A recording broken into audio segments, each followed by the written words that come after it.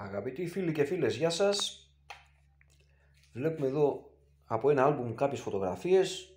Το θέμα μας είναι η Ελληνίδα που έδωσε την απάντηση που άρμοζε στην Τουρκάλα, σε μια συγκεκριμένη Τουρκάλα που πιάσανε κουβέντα σε ένα καράβι στην Κωνσταντινούπολη. Και πρόκειται για την κυρία Ειρήνη που την έχουμε και φίλη στο Facebook. Δεν χρειάζεται να πούμε επίθετο.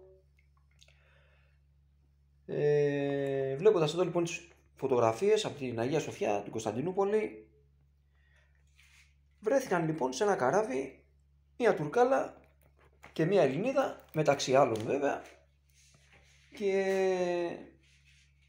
άνοιξε κουβέντα η Τουρκάλα και τη ρωτάει την Ελληνίδα.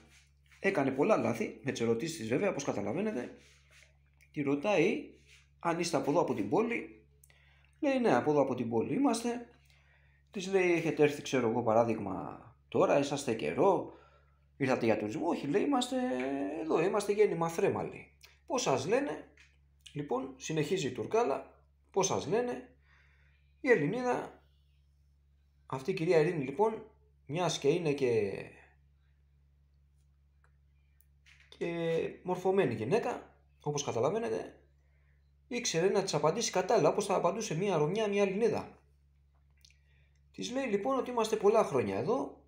Λέει πώς λένε τον πατέρα σας? Της είπε το επίθετο η Ελληνίδα που τελείωνε σε όγλου και πιάστηκε λοιπόν η Τουρκάλα, νομίζοντας ότι είναι, πριν μάθει ότι είναι Ελληνίδα, ότι είναι Τουρκάλα, κάποια έτσι δικιά της εκεί, και της λέει όχι, δεν είμαι, αφού τη ρώτησε πρώτα την Ελληνίδα, της λέει η Ελληνίδα όχι, δεν είμαστε Τούρκοι, λέει, είμαστε Έλληνες.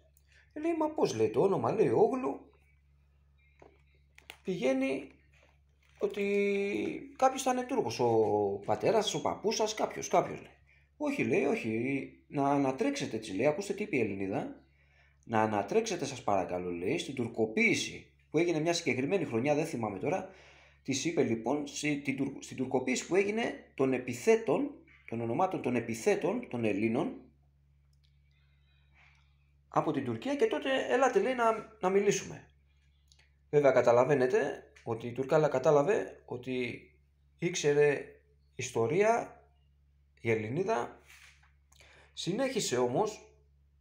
Συνέχισε να κάνει τα ίδια λάθη η Τουρκάλα με τις ερωτήσεις της λοιπόν, και κάνοντας την τελευταία της ερώτηση για να πάρει και την αποστομωτική απάντηση από την Ελληνίδα. Και ρωτάει λοιπόν η Τουρκάλα, λέει, και πόσο καιρό είσαστε εδώ, πόσα χρόνια, της λέει.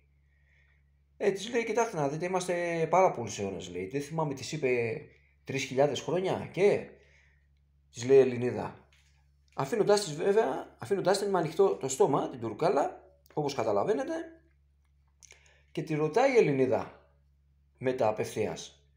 Εσείς, της λέει, πόσο είσαστε εδώ? Καταλαβαίνετε ότι η Τουρκάλα δεν απάντησε, όπως λέει η κυρία Ειρήνη, όπως αναφέρει, είναι από μια αναρτησή της στο Facebook. Δεν απάντησε, λέει, και έφυγε σιωπηλή. Λοιπόν, έτσι γίνεται λοιπόν, αγαπητοί φίλοι και φίλες, όταν ένας Έλληνας, μια Ελληνίδα γνωρίζει την ιστορία. Βλέποντας εδώ, αυτή λοιπόν είναι η ιστορία, αγαπητοί φίλοι και φίλες, συγκλονιστική πραγματικά και για πέρα αληθινή. Εδώ βλέπουμε και τη Μονή Παμακαρίστου στην Κωνσταντινούπολη, βλέπουμε εδώ και το παρεκκλήσι,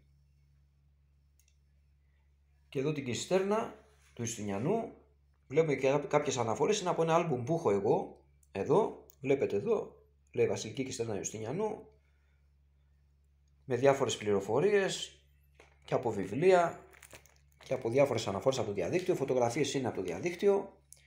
Έτσι που λέτε, αγαπητοί φίλοι και φίλες, απάντησε η Ελληνίδα αυτή στην Τουρκάλα.